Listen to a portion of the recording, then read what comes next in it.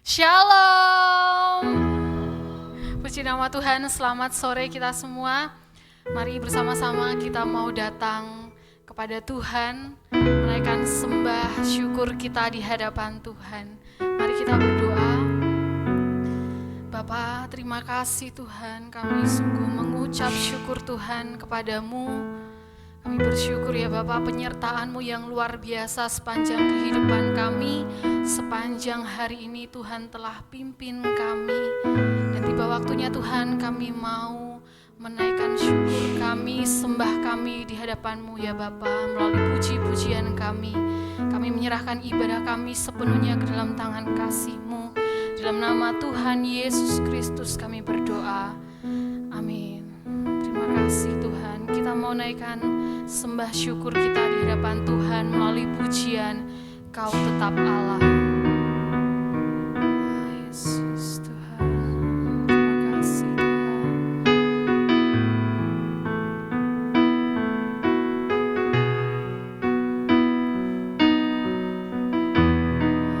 Yesus betapa dahsyat Engkau Tuhan, Pencipta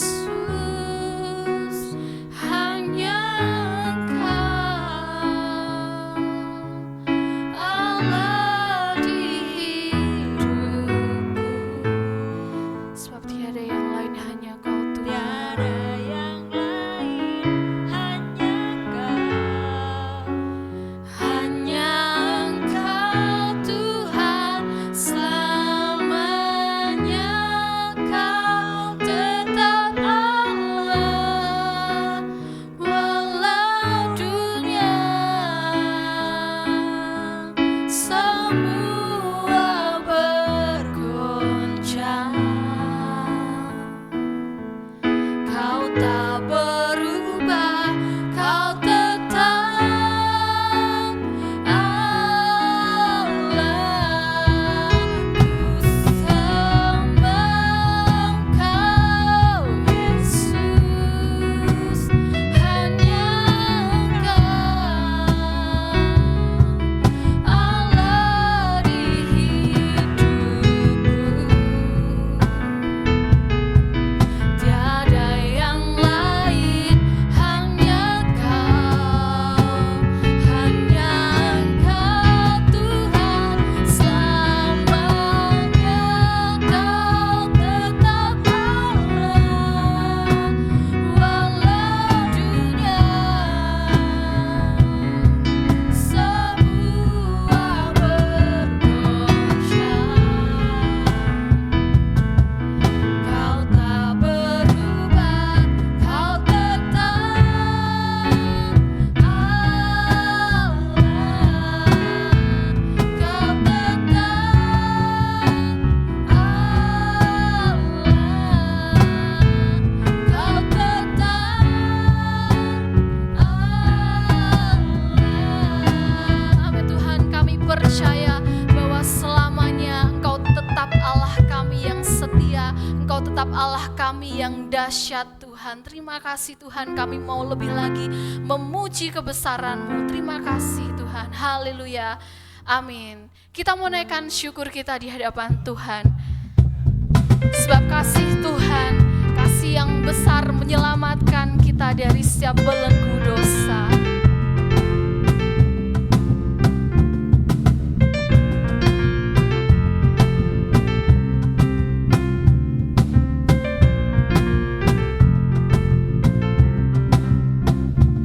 Kasih yang begitu besar, lebih kuat dari dosa.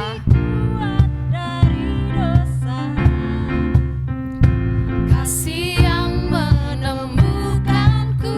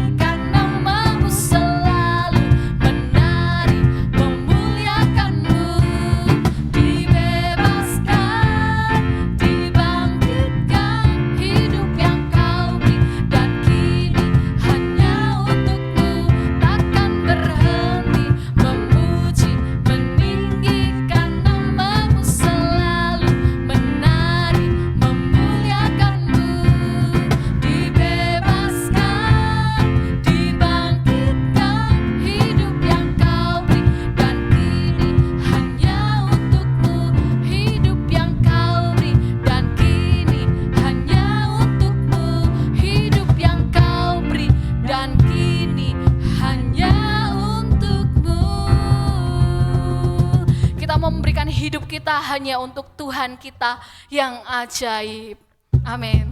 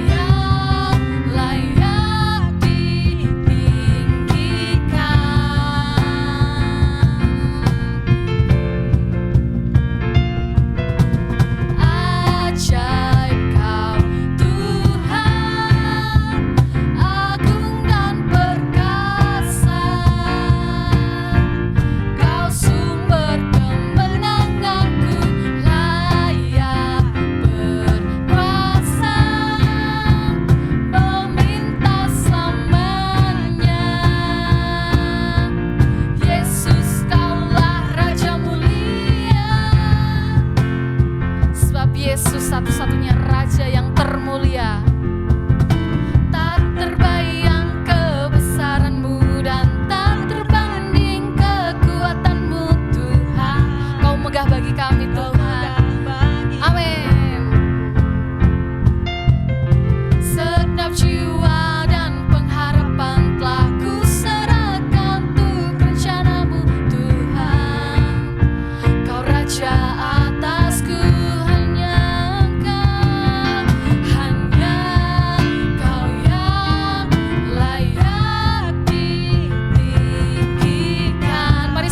Kita mau sembah Tuhan kita. Ajaib Kau Tuhan, agung dan perkasa. Kau sumber kemenanganku, layak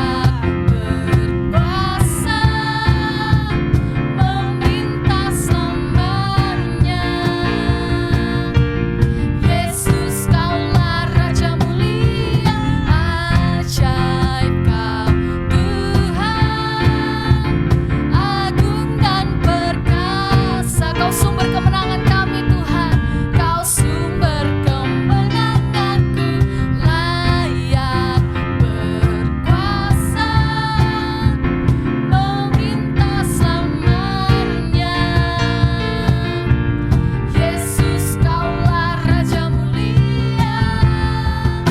Yesus Raja yang termulia, Raja mulia. Amin. Kita bersama-sama akan menikmati suara Tuhan. Kita mempersiapkan hati kita untuk kita mendengarkan perenungan firman Tuhan pada saat sore hari ini. Terima kasih Tuhan. Kita mau angkat satu pujian tak terbatas. Kita mau mengagumi cara Tuhan mengasihi kita.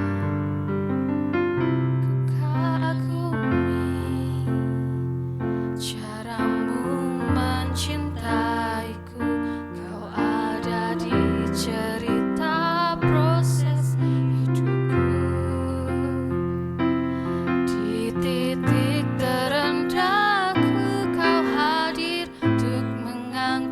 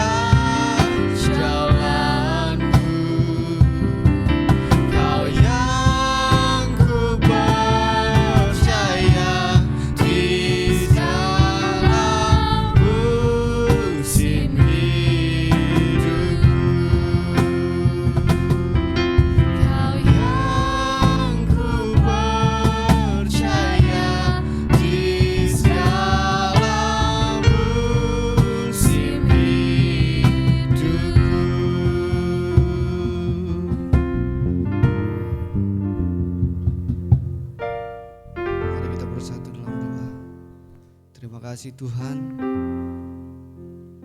Tuhan sudah memelihara setiap kehidupan kami. Hingga pada detik ini kami sudah menaikkan setiap puji-pujian kami, penyembahan kami. Kami mau mendengarkan suara Tuhan. Berbicaralah kepada kami dan kami siap melakukan firman-Mu Tuhan. Hanya dalam nama Tuhan Yesus kami sudah berdoa dan mengucap syukur. Haleluya. Amin.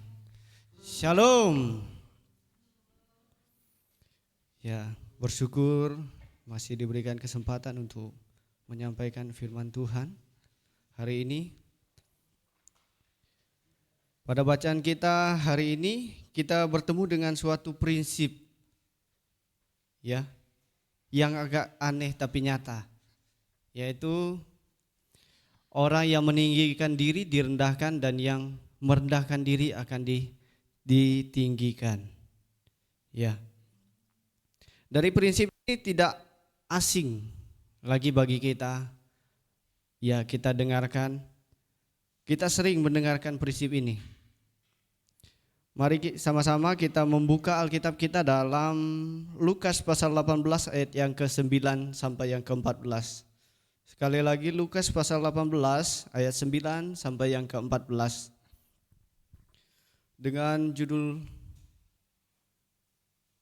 Dengan judul perikop perumpamaan tentang orang Farisi dan dengan pemungut cukai. Di ayat yang ke-9, dan kepada beberapa orang yang menganggap dirinya benar dan memandang rendah semua orang lain, Yesus mengatakan perumpamaan ini. Di ayat yang ke-10, ada dua orang pergi ke bait Allah untuk berdoa, yang seorang orang adalah Farisi dan yang lain pemungut cukai. Orang Farisi itu berdiri dan berdoa dalam hatinya begini, ya Allah, aku mengucap syukur kepadamu karena aku tidak sama seperti semua orang lain, bukan perampok, bukan orang lalim, bukan pezina, dan bukan juga seperti pemungut cukai ini. Di ayat yang ke-12, aku berpuasa 2 kali seminggu, aku memberikan 1/10 dari segala penghasilanku. Di ayat yang ke-13 berbunyi demikian, tetapi pemungut cukai itu berdiri jauh-jauh, bahkan ia tidak berani menengadah ke langit, melainkan ia memukul dirinya dan berkata, ya Allah, kasihanilah aku orang berdosa ini. Ayat yang terakhir, ayat yang ke-14 berbunyi demikian, aku berkata kepadamu, orang ini pulang ke rumahnya sebagai orang yang dibenarkan Allah, dan orang lain itu tidak. Sebab barang siapa meninggikan diri, ia akan direndahkan, dan barang siapa merendahkan diri, ia akan ditinggikan. Berbahagialah setiap kita yang mau membaca terlebih merenungkan firman itu di dalam setiap kehidupan kita hari lepas hari. Tema perenungan kita pada hari ini adalah Tuhan kasihanilah aku. Tuhan kasihanilah aku. Bacaan kita hari ini berbicara tentang perumpamaan. Ya, jemaat yang dikasihi oleh Tuhan, sebelum kita lebih jauh, kita melihat definisi kata perumpamaan itu sendiri. Ya, kata perumpamaan secara etimologis, kata perumpamaan memiliki arti bahwa menempatkan dua atau lebih objek bersama-sama, biasanya untuk tujuan perbandingan. Bapak Ibu yang dikasihi oleh Tuhan, kita melihat dalam bacaan kita bahwa pada suatu hari Yesus berbicara kepada sejumlah orang yang berpikir bahwa mereka lebih saleh daripada orang lain. Yesus menceritakan kepada mereka sebuah kisah di dalam Lukas ayat 18 sampai ayat 9, pasal 18 ayat 9. Ya. Bahwa ada dua orang pergi ke bait Allah untuk berdoa, satu orang Farisi dan satunya orang pemungut cukai, atau yaitu seorang penarik pajak. Kita bisa lihat di dalam ayat 10. Yesus memakai objek yang kontras ini menunjukkan perbedaan di antara penyembahan yang palsu dan pertobatan yang sejati. Mari kita lihat sebelum kita lebih jauh. Ya, siapa orang Farisi ini? Farisi adalah sebuah denominasi dalam agama Yahudi. Farisi berasal dari bahasa Ibrani yang dari perus yang berarti penjelasan. Jadi kata Farisi berarti orang yang menjelaskan. Kaum Farisi digambarkan sebagai pengamat dan penegak hukum Taurat yang sangat teliti. Dalam gulungan naskah laut mati, kaum Farisi dikatakan sebagai kaum yang suka mencari dan memerhatikan hal-hal yang sangat kecil. Orang-orang Farisi adalah mereka yang membenarkan diri di mata manusia dan merasa lebih hebat dari kelompok-kelompok yang lain. Kita bisa lihat dalam Lukas pasal 16 ayat yang ke-14 sampai yang ke-15. Dalam Lukas pasal 16 ayat 14 sampai 15. Di ayat yang ke-14 semuanya itu didengar oleh orang-orang Farisi, hamba-hamba uang itu, dan mereka mencemoohkan dia. Di ayat ke-15, lalu ia berkata kepada mereka, kamu membenarkan diri di hadapan orang, tetapi Allah mengetahui hatimu, sebab apa yang dikagumi manusia dibenci oleh Allah. Ya, sehingga tidak salah jika orang Farisi itu berpikir bahwa dia sempurna, ya, dibanding orang lain. Makanya dia memberi stigma kepada orang lain itu tidak benar. Nah, sekarang mari kita melihat pemungut cukai, ya, latar belakang dari pemungut cukai. Adalah istilah yang digunakan bagi orang yang bertugas mengumpulkan pajak dari masyarakat Yahudi untuk diserahkan kepada pemerintahan Romawi sekitar abad pertama. Dengan demikian, pemungut cukai adalah petugas pajak dan merupakan salah satu jenis pekerjaan di masyarakat Yahudi waktu itu. Akan tetapi profesi pemungut cukai dipandang buruk oleh masyarakat Yahudi sekitar mereka, bahkan cenderung dibenci oleh masyarakat.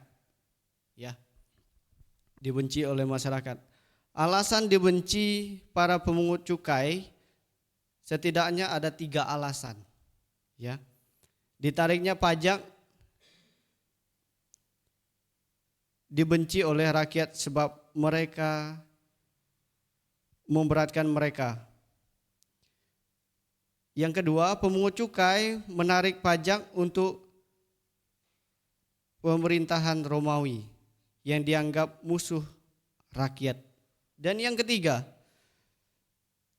cara yang digunakan para pemungut cukai sangat kejam dan tidak adil. Seorang pemungut cukai bukanlah seorang sembarangan. Seorang pemungut cukai adalah orang yang pintar menulis, pintar membaca, dan pintar berhitung. Ya, selain itu maka perlu memiliki kemampuan untuk berhubungan dengan orang-orang, baik pejabat dan pemimpin rakyat lainnya. Lalu apa yang terjadi dengan kedua orang yang mau kita bahas hari ini? Yang pertama, Farisi si tinggi. Ya, Farisi si tinggi. Di ayat di pasal 18 ayat 11 saya mengatakan Farisi adalah si tinggi karena melihat latar belakangnya. Di ayat 11 orang Farisi itu berdiri dan berdoa dalam hatinya begini, ya Allah, aku mengucap syukur kepadamu karena aku tidak sama seperti semua orang lain. Bukan perampok, bukan orang lalim, bukan pezinah, dan bukan juga seperti pemungut cukai ini. Ya.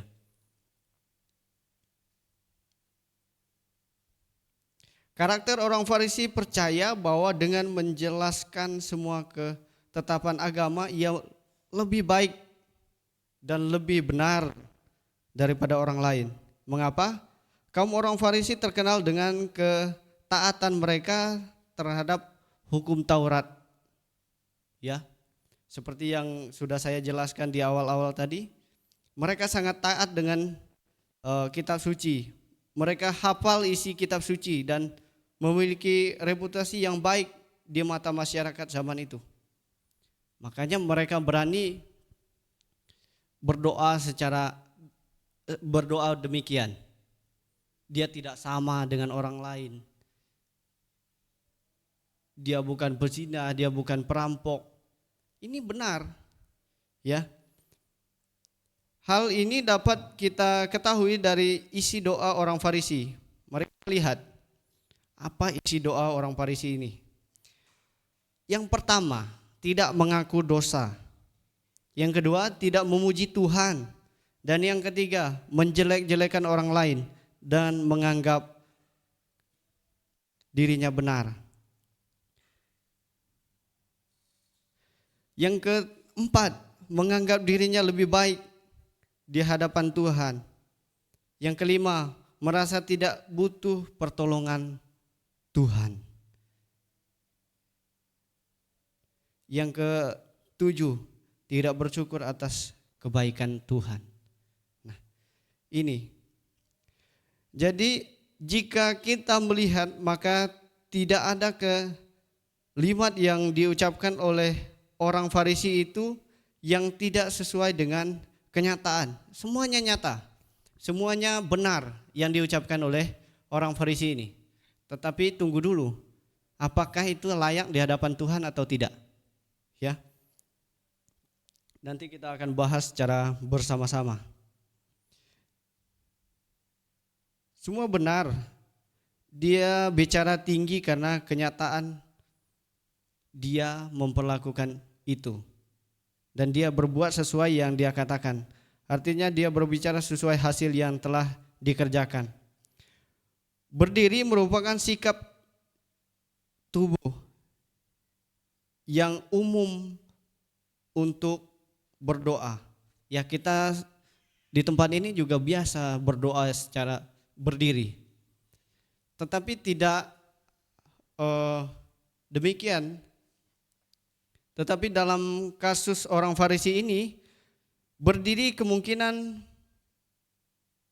berarti bahwa dia berusaha untuk dilihat orang lain. Ketika dia berdoa, dia mau dilihat orang lain. Ya. Bahkan biar orang lain itu melihat bahwa dia paling suci, bahwa dia paling taat dan sebagainya. Ya. Tidak salah jika kita mau berdiri, asalkan isi doa yang kita panjatkan itu benar di hadapan Tuhan. Sadar maupun tidak, mungkin kita seringkali berdoa seperti orang Farisi ini. Ya. Sebelum kita salah mengartikan sebuah doa, mari kita melihat apa isi doa kita selama ini. Apakah kita seperti orang Farisi ini? Ya, yang meninggikan diri, yang merendahkan orang lain, yang merasa diri kita paling benar di hadapan Tuhan. Ya, mari kita introspeksi diri di hadapan Tuhan sebelum kita lebih jauh. Ya.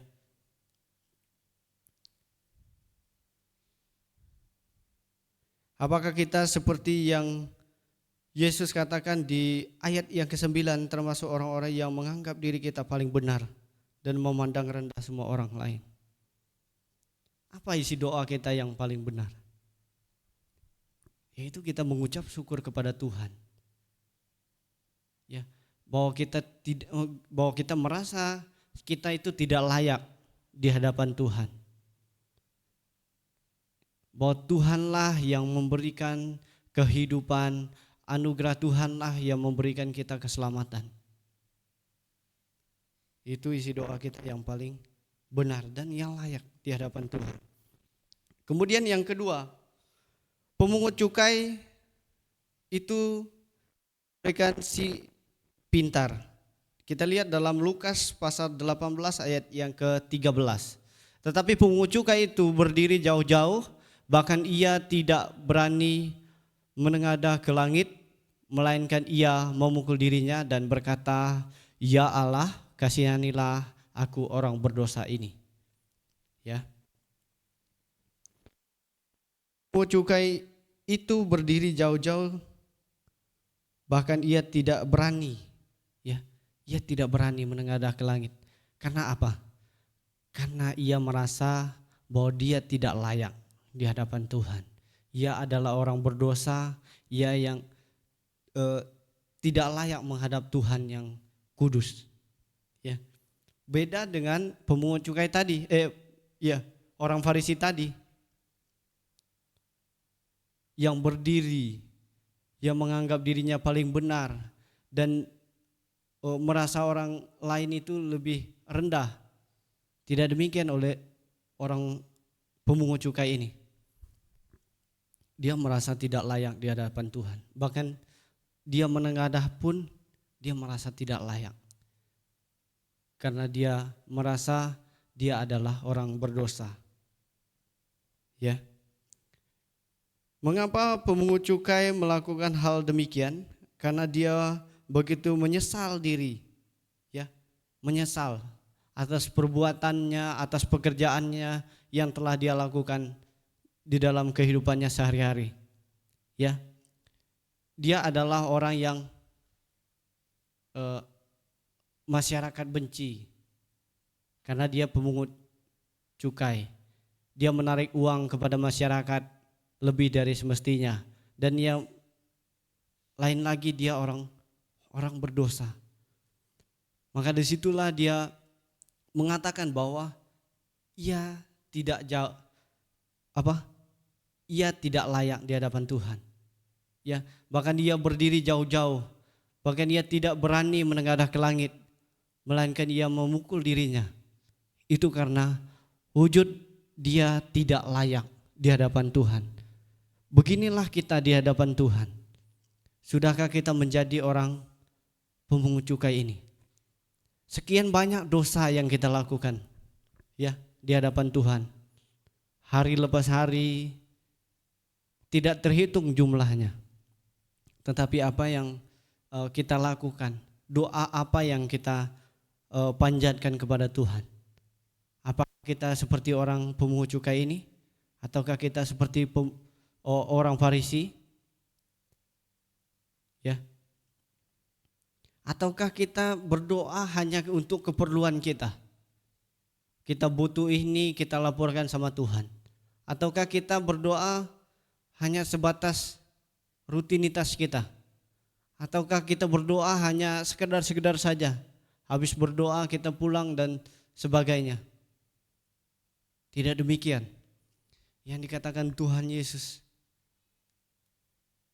Ya, mari kita belajar introspeksi. Jika kita berdoa selama ini salah, kita belajar dari pemungut cukai ini.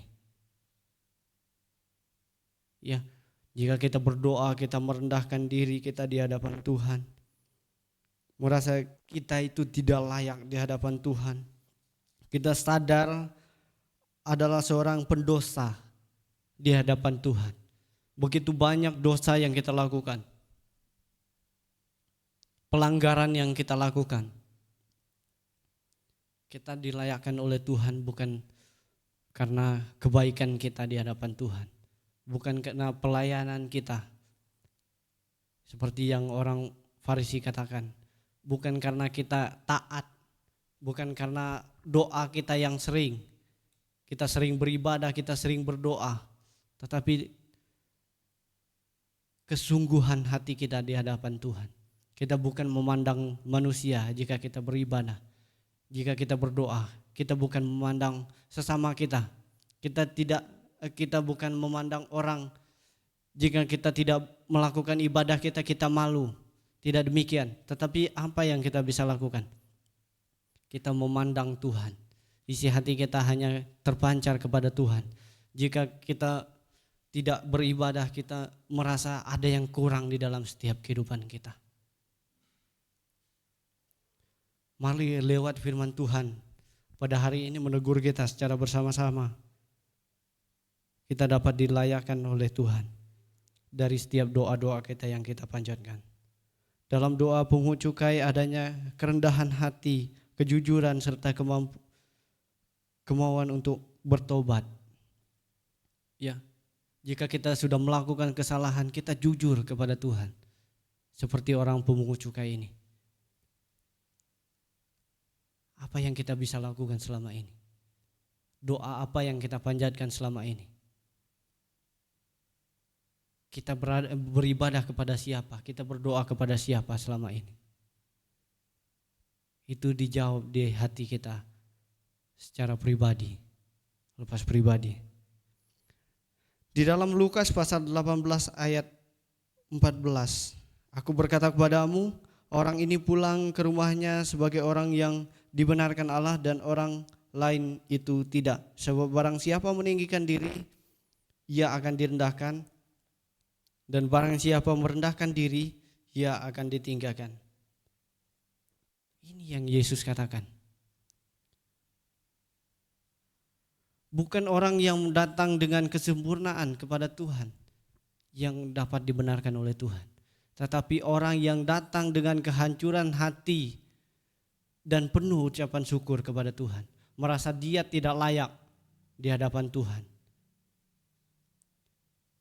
tidak memegahkan diri,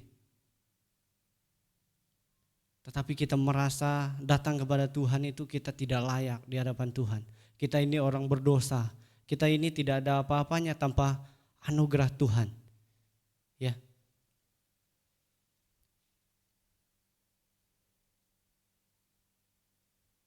Lalu, mengapa pungut cukai merupakan orang yang dibenarkan oleh Tuhan? Dan mengapa doanya berkenan kepada Tuhan? Karena dalam doanya ada suatu kesadaran bahwa ia tidak layak, seperti yang saya katakan tadi, di hadapan Tuhan. Itulah sebabnya ia berdiri jauh-jauh. Bahkan dia tidak berani menengadah ke langit, melainkan ia memukul dirinya.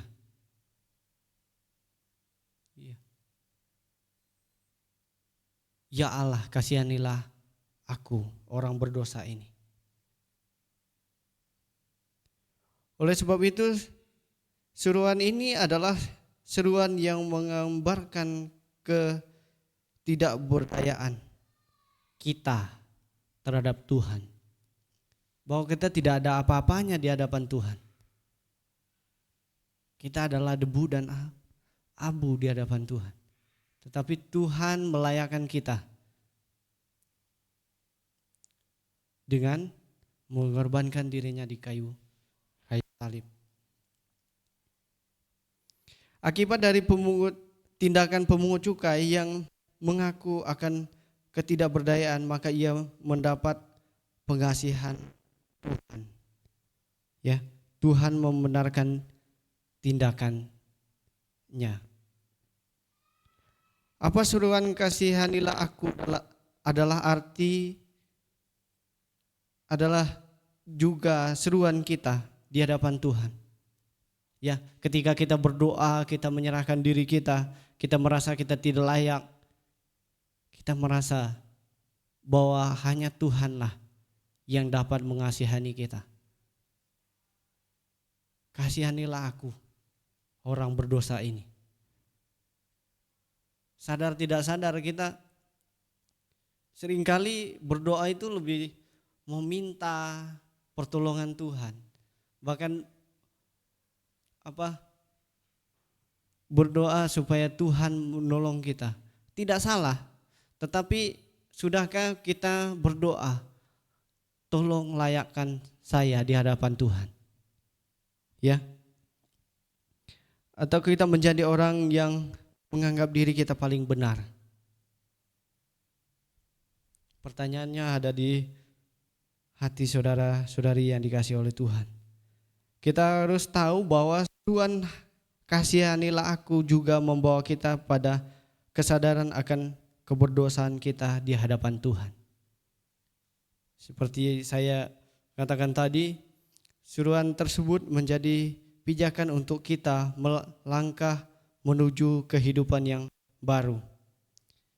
Jika kita merasa kasihanilah aku, tentu kita merasa kita tidak berdaya, kita tidak ada apa-apanya tanpa Tuhan.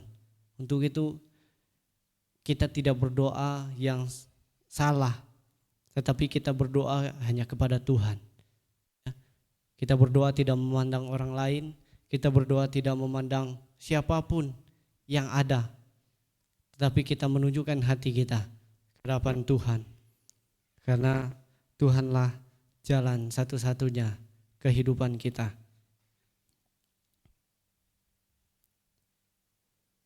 Dengan begitu kita mengaku bahwa Tuhan kasihanilah aku, maka kita tidak menganggap diri kita lebih hebat dari orang lain. Karena dari kita pun masih membutuhkan pengasihan Tuhan. Kita pun tidak memiliki kemampuan untuk memegahkan diri.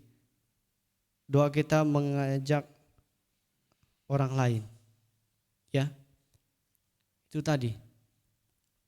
Jika kita berseru, Tuhan kasihanilah aku, kita tidak akan berdoa seperti orang Farisi, tetapi kita berdoa seperti orang pemungut cukai ini. Mari kita hari lepas hari kita dibarui oleh Tuhan. Kita menyadari ketidaklayakan kita di hadapan Tuhan. Mungkin kita saat ini sudah jauh di hadapan Tuhan. Mari kita mendekatkan diri di hadapan Tuhan dengan berdoa yang benar di hadapan Tuhan. Demikian firman Tuhan pada hari ini.